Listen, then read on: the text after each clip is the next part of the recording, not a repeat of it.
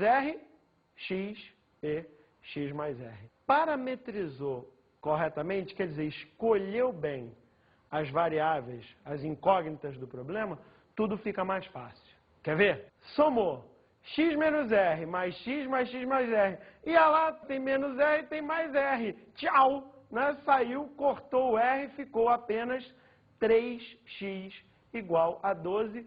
Moleza, x igual a 4. Lembra quem era o x? Termo do meio. Né? Então, quem é a nossa PA agora? X, que é o 4, né? Então fica 4 menos R, 4 e 4 mais R. Agora a gente pode usar a segunda informação, que é a soma dos quadrados. Olha como fica. 4 menos R ao quadrado, mais 4 ao quadrado, mais 4 mais R ao quadrado. Agora você tem que lembrar como é que eleva ao quadrado, né? Como é que eleva ao quadrado aquilo ali? É, o quadrado do primeiro, 16, menos 2 vezes o primeiro pelo segundo. O que é isso? É 2 vezes 4 vezes o R. Né? 2 vezes 4, 8. Por isso que apareceu aquele menos 8R. Está acompanhando? Mais o quadrado do R, que é R ao quadrado. Continua, mais 16, né? E agora você tem que também fazer o 4 mais R ao quadrado, que é igualzinho ao outro, só que onde tinha o sinal de menos, você põe o sinal de mais. Tá certo? E aí você já viu onde vai cortar, não viu?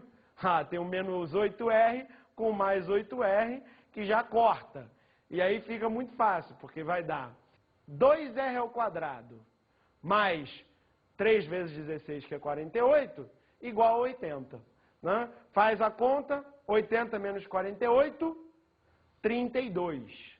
Portanto, 2R ao quadrado é 32 e, finalmente, R ao quadrado dá 16, o que nos dá imediatamente dois possíveis valores para a razão, né? 4 ou menos 4. E aí, se tem dois possíveis valores, são duas PAs? Exatamente, são duas. Mas são duas que são quase a mesma, né? Porque veja lá, quais são as duas respostas? Se a razão for 4, você vai ter a PA 048, né? Já que o termo do meio é 4 e a razão é 4. A razão menos 4 fica ao contrário, 8, 4, 0. Tá legal? Estas são as duas respostas para o problema.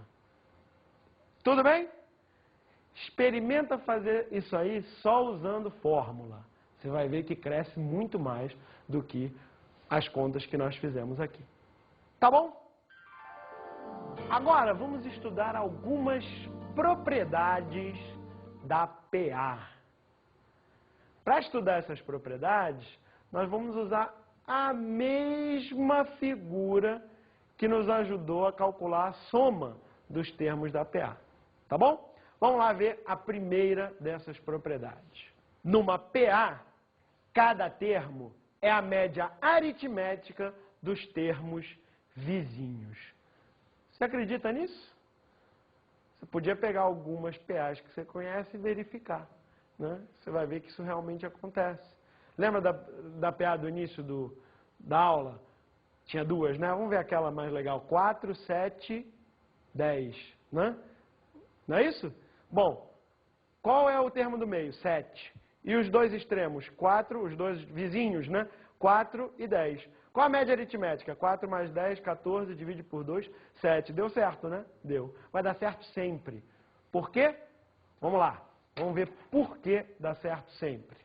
Vamos chamar de x, y e z nesta ordem os três termos. Tá bom? Está ali a escadinha. Vamos fazer exatamente a mesma coisa que nós fizemos para calcular a soma dos termos da PA. Ou seja, repete a escada, vira de cabeça para baixo e encaixa na outra. Como é que fica?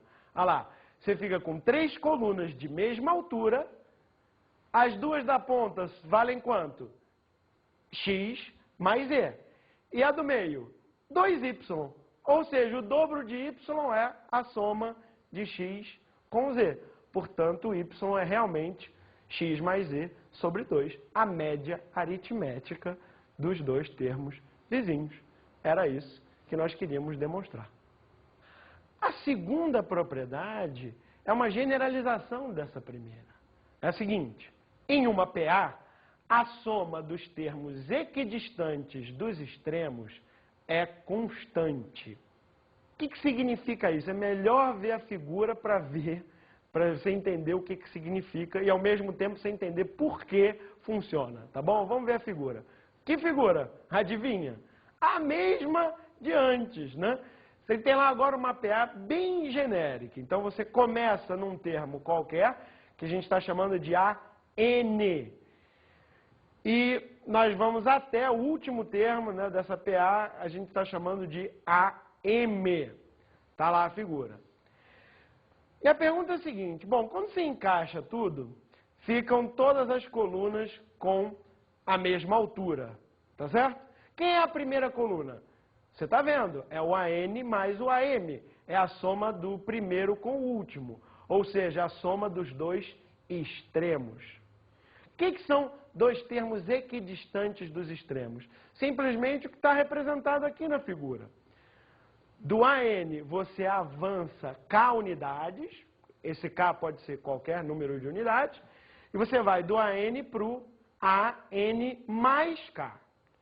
Enquanto que do AM você retrocede o mesmo número de unidades. Por quê, gente? Para você continuar tendo um retangulinho em cima do outro ali, tá vendo? Veja, se a altura dos retângulos é sempre a mesma, é porque a soma dos extremos, AN com AM, é igual à soma do AN mais K com o AM menos K. Deixa eu falar isso para você de outro jeito, tá certo? Aqui, você estava lá, tem os dois extremos da PA, imagina a escada, tem os dois extremos da PA. Tá certo? Soma as duas alturas. Onde é que esse cara está e onde é que esse cara está. Somou? Tá bom. Agora, imagina que esse aqui anda, sei lá, 3 passos para cima. E aí você pede para o outro descer 3 passos. Ele anda 3 passos para baixo. O que acontece com a soma dos dois? Claro, tem que continuar a mesma. Tá legal? É isso que essa propriedade está dizendo. Tudo bem? Agora, olha essa imagem aí. Está representando um castelo de cartas, do mesmo tipo daquele que a gente viu no início. Lembra que eu te perguntei quantas cartas são necessárias para fazer um castelo como esse? Agora a gente pode responder facilmente a esta pergunta. Repara, neste exemplo, este é um castelo com 5 andares. Tá legal? O que você observa? No andar de cima, você tem um triângulo com 3 cartas. Tira essas 3 cartas, você fica no andar de baixo com 2 triângulos, cada um com 3 cartas. E assim por diante. Qual a única diferença? A única diferença é o andar de baixo. Porque você não precisa colocar carta aqui grudada no chão. Então, no de baixo, você tem um número de triângulos, mas que cada triângulo tem apenas 2 cartas. Bom, quantos triângulos embaixo? Se tiver 5 andares, o número de triângulos de baixo é 5, não é? Porque vai 1, 2, 3, 4, 5. Lembra dessa sequência, né? Beleza. Agora, vamos contar quantas cartas tem um castelo maior. Um castelo com 10 andares, tá legal? Se o castelo tem 10 andares, você vai ter, no andar de cima, um triângulo. No andar de baixo, 2 triângulos e assim por diante, até o 9º andar, de cima para baixo, que vai ter 9 triângulos. Cada triângulo desse com 3 cartas. Portanto, o que você vai fazer? Vai somar o número de triângulos e multiplicar por 3. Falta ainda o último andar, o andar de baixo, né? No qual cada triângulo só tem 2 cartas. E o total de triângulos, 10, né? São 10 andares. Então, esse você multiplica por 2. É só somar tudo isso aqui. Tá legal? Esta primeira soma, repete esse 3. Soma dos termos desta PA. Primeiro mais o último, vezes o número de termos, dividido por 2. E 2 vezes 10 é 20. Tá legal? Portanto, fazendo a conta, fica 3 vezes 45, né? Que é 9 vezes 5 ali em cima, mais 20, total de cartas para se construir um castelo com 10 andares é 155.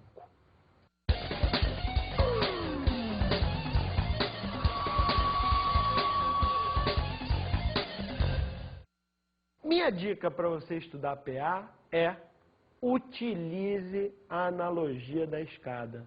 Tá certo?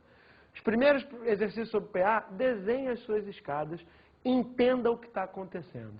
E aí o resto fica fácil. Tá bom?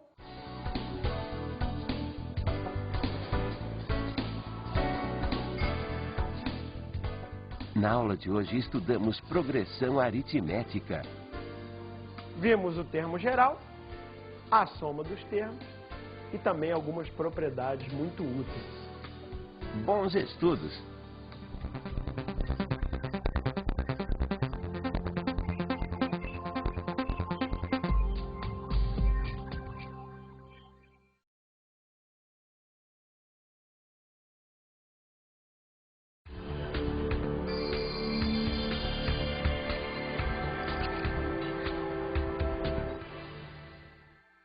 Caro colega, PA é um tema muito intuitivo. Se você ajudar seus alunos, estimular que eles pensem, que eles tentem descobrir as coisas sozinhos, eles realmente vão conseguir chegar nas fórmulas sem muita dificuldade. Use e abuse desses recursos, tipo a escada, recursos gráficos, etc. Se você estimular, você vai ver que eles vão aprender muito melhor.